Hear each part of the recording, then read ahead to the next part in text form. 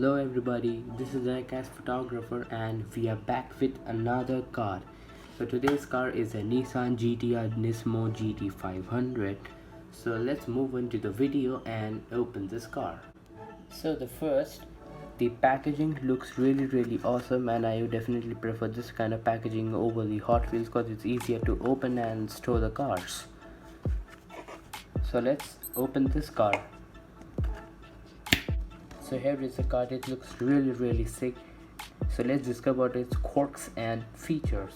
So the first thing I observe is that it has got a matte finish and extremely high attention to details.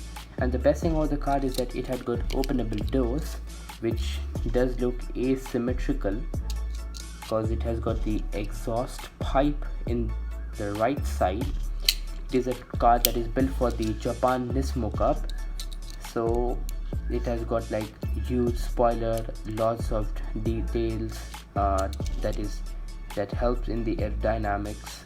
On the front we got the Nissan Nismo decal with lots of air intake vents, and the front is so much detail. I mean, even the GTR logo is extremely detailed. That is a good thing. But the light are just a bit of warp frag because there are paint that is coming out of the light, which I particularly don't like, and I would like to see that it has some like shades of the light.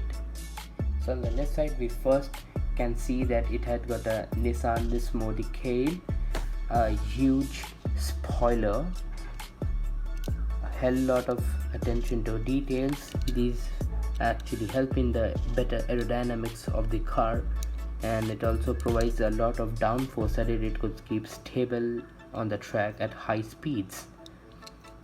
The doors open, and inside you can see it has the bucket seats, and the bucket seats are quite different from the normal seats because they are grippy, they are light as compared to the other car seats, which are generally made up of Alcantara or leather, which are very heavy.